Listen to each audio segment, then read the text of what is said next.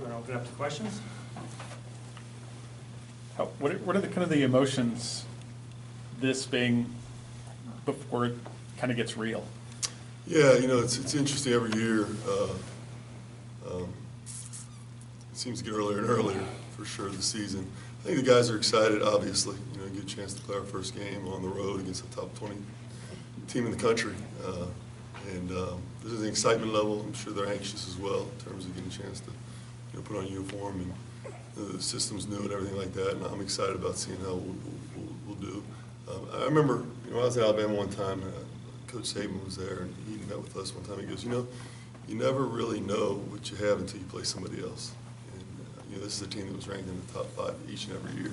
So again, it's the first game. I mean, last year I think it was Duke and Kentucky played, and everybody already had the Final Four written, and both of them lost on a last-second shot after a blowout. So you never know what direction early season games will go in.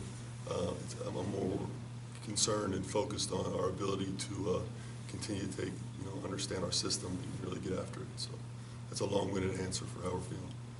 Is there anything that you can see? Will there be like something that they do that pinpoints, oh, they're getting it because it is so new? Yeah, you see those. There's certain things, and it's not really something I can describe to you. It's more of just knowing the system like I have, that you see it pop up occasionally in a practice here and there. And it's funny, the coach that would be with me the longest would be like, "Did you see that?" I'm like, "Yeah, I saw that." So there's small things that happen during the course of time.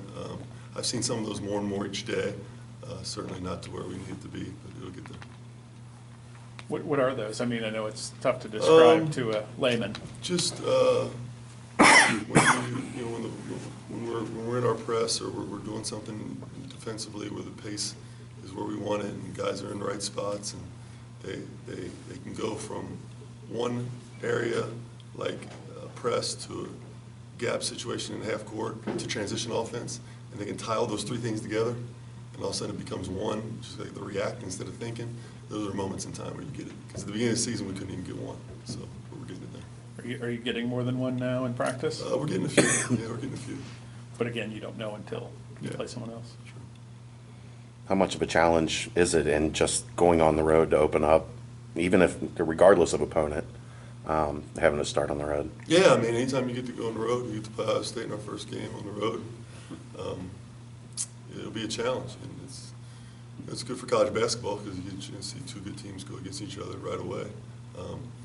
But you're always figuring your team out. I mean, all my teams, even at halftime, you're feeling your team out. You don't know exactly what you have. And it'll be a feeling out process as we go. We'll continue to grow as the season goes. But I'm excited about getting the opportunity to go with these guys to battle.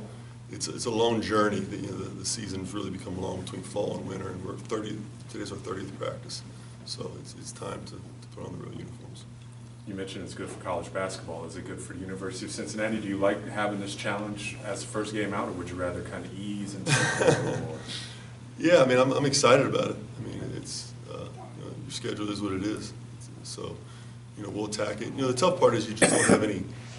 We won film on them from an exhibition game. So the tough part is you just don't really have a lot on the opponent. So you really don't understand what you're walking into. So you kind of got to go by last year, and you got to really probably rely on your own habits more than anything. There's not a whole lot of game planning involved in the first few games. Is that even tougher for them because of the changes here? I don't know. You have to ask them that. I don't know. You've talked about how important it is for Jaron, Trey, and Keith to be in the deep end with your style. I mean, do you feel like you've made progress with those 3 guys? I think we made progress. I think part of being in the deep end is building the habits that it takes to do it, and it's completely different. We're just doing something completely different, and not good, bad, or ugly. It's just different. So when it's different, those habits have to be built, and that takes time to build those habits. And I see them being built each and every day. Now you got to do it when the lights are on and the officials are out there, and I can't stop practice every time and say, hey, we're not doing this right. We kind of got to conquer the chaos. How much challenge does a player like Caleb Wesson present where he can score inside, outside? And yeah, he's really, proved his continue to shoot the basketball, it sounds like, really well. And his stroke looked really good in the exhibition game. He's a guy that's big-time challenge. I've been really impressed with the player he's become. It's good for us. We get a chance to go against one of the best players in the country. I mean, he's a bona fide All-American. And he passes the ball well out of the post. He shoots it. he can play in several different spots, so it'll be a real challenge for us. I know the big game here is obviously the crosstown shootout. That rivalry is going to be top over anything. But these guys, you think after last year, I know you weren't here yet, but they're hungry to be another in-state team after how Ohio State came down here and beat them last year? Yeah, and it's kind of irrelevant to me. I don't know. I mean, I think the guys are excited about starting the season more than anything and get an opportunity to compete with each other. It'd be a question for them. I don't know if that carries over from year to year. What are you most curious of, John, when you watch your team tomorrow night? What do you want them to see? What do you want to see them do well? Well, I want us to compete. The energy defensively is a mark of Cincinnati basketball.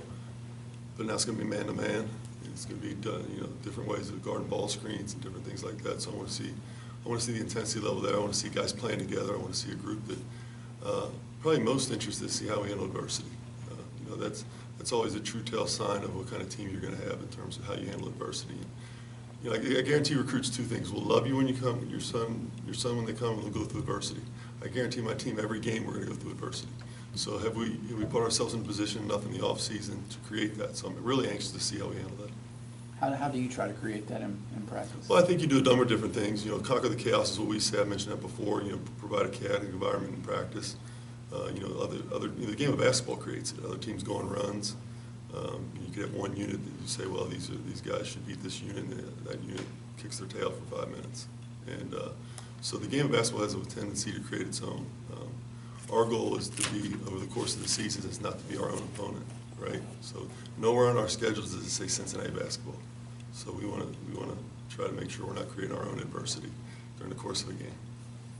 Of all your stops and all your kind of coaching career, is there anything you do before a game, every game, that kind of you come back to? Is there like a routine that you have, or is there anything you do on game day that's kind of something? Not interesting, so nothing that you guys would enjoy. But I'm really regimented. I mean, the days to the minute. It's planned out. Game day's a little different, I'm guessing. Yeah, game day is completely on its own entity. So I have a routine that I have completely that in game day that makes me lock in things that I need to get done. And it's not exciting at all. It's mundane as you can possibly be. But Dan will get used to it. My pregame talks with him will be at exact certain time. And it's just, I don't have to think about my day. It just goes as it goes. So if you're late for one of those, we know to come check on you? Like your pregame with Dan? Oh, I won't be late because I'll be in my office. So I'm here at home. If I'm late for something like that, you gotta be concerned. You've coached in really high-stress, exciting games at NKU in the last couple of years, with a chance to go to the NCAA tournament, that kind of thing. Can you give us an idea just what you're feeling emotionally before you are the head coach of the UC Bearcats for the first time tomorrow night, playing against an in-state rival, a top 20 team, all the stuff that goes into what makes this a great game? Can you kind of give us an idea of what you feel? Yeah, I guess different now that you just mentioned all those things. I get so wrapped in the game planning piece and where our guys are at that Joe, and I'll tell you how I think I'll feel, but I'm really concerned about our guys. Like, how do they feel? What do they think? What are their emotions? This isn't about me, and it's something I talk to our guys all about all the time. This isn't about John Brannen. This is about our young men and what we need to accomplish. And I think you'll gain that sense as we continue to go into the season and get to know each other and how I handle things. But it was tremendous pride, I would think. I'm humbled every day to get a chance to sit in this chair. Excited, determined, and like everybody else, anxious to kind of get a chance to see where we're at and where we got to get better. How excited are you to see Keith's potential in action in this offense? We've seen him kind of rise over the last couple of years, but it seems like he's a guy you're excited about seeing out there. I am, yeah. You get a chance to watch him play, and one of the other pieces is, as a coach, you put guys in positions and you find out where do you put them in. Like, rotations change as the season goes on, offensive schematics change as the season goes on. You find out what guys do. And one of the issues we've had early on with the injury bug is I haven't gotten a great feel for where guys can play and where they should be at, and what their great strengths are. And Keith's a guy I got a pretty good feel for because he hasn't missed a practice, and he's a guy that I'm really excited about. Very good. What have the last couple of days been like for you with all the news about Mike Bone potentially leaving, going to Southern Cal? Have you used any bandwidth on that? I haven't. I've been completely focused on this group. It hasn't been something that I've put a lot of thought into, and it's no disrespect or been communicated with. It's been totally focused on Ohio State and get our guys where they need to be. So you haven't talked to Mike? We're good? Thanks, guys.